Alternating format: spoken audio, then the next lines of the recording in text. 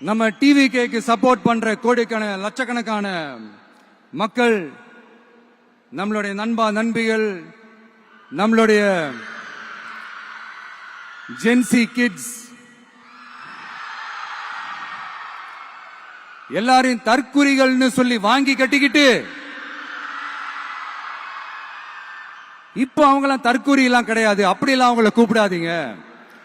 அவங்க சங்கிகள்லாம் கிடையாது, அப்படியெல்லாம் அவங்கள கூப்பிடாதீங்கன்னு சொல்லி ஒரு குரல். யாருடா அந்த குரல் அப்படின்னு பார்த்தா, இப்ப ரீசெண்டா அறிவு திருவிழான்னு ஒண்ணு நடத்தினாங்கல்ல, சாரி அவதூறு திருவிழா. அதுல அவங்க தலைமையே குழப்பற மாதிரி, அறிவு கண்ணை திறந்து வைக்கிற மாதிரி ஒருத்தர் பேசியிருக்கிறார். அவரு யாருன்னா அது அவங்களோட எம்எல்ஏவே. அந்த எம்எல்ஏ யாருன்னா நம்மளுடைய கொள்கை தலைவர்கள் ஒருத்தரான மக்கள் சேவகர் அஞ்சலை அம்மாளோட சொந்தக்காரர். என்னடா இது இப்படி ஆகி போச்சு? டிவிகேக்கு சப்போர்ட் பண்ற மாதிரி நம்ம கட்சியிலிருந்தே ஒரு குரல் வருதுன்னு சொல்லி தலைமையில ஃபுல்லா கன்ஃபியூஷன். அந்த கன்ஃபியூஷன் இதோட நிக்காது. அந்த ஆதரவு குரல் ஒரு வீடு விடாம, ஒரு இடம் விடாம, எல்லா இடத்திலையும், எல்லா வீட்லயும் இன்னும் பலமா எதிரொலிக்குதான் இல்லையான்னு பாருங்க. சும்மா பிளாஸ்ட் தான்.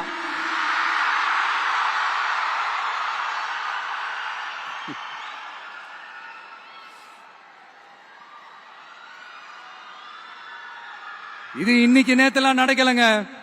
1972 நடந்து முடிஞ்சிருச்சு. எப்போ எம்ஜிஆர் அவர்கள் கட்சி ஆரம்பிச்சாங்களோ அப்பவே அது ஒரு கூத்தாடி கட்சி. எப்போ எம்ஜிஆர் அவர்களுக்கு பின்னாடி அத்தனை மக்கள் திரண்டு நின்னாங்களோ அப்பவே அது ஒரு கூத்தாடி கும்பல்.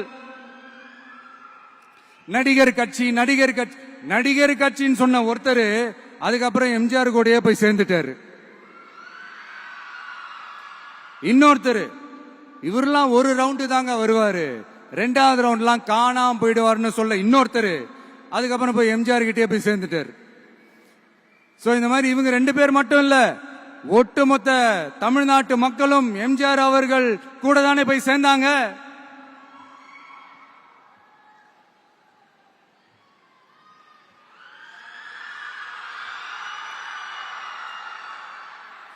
அதனால இது வரலாறு. இந்த வரலாறு நம்மளை விட அவங்களுக்கு இன்னும் நல்லாவே தெரியும். அதனாலதான் பாத்தீங்கன்னா 53 வருஷமா அதே கதறல்கள்.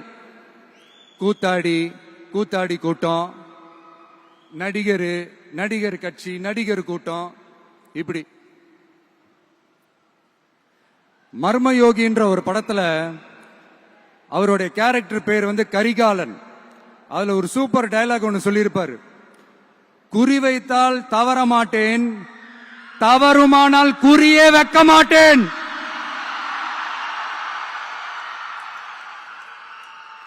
இதெல்லாம் யாருக்கு சொல்றோம், எதுக்கு சொல்றோம்னு புரிய வேண்டியவங்களுக்கு புரிஞ்சா நல்லா இருக்கும்.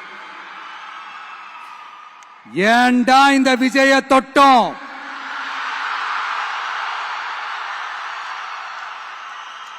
ஏண்டா விஜய் கூட இருக்கிற அந்த மக்களை தொட்டோம்? நினைச்சு ஃபீல் பண்ண போறீங்க.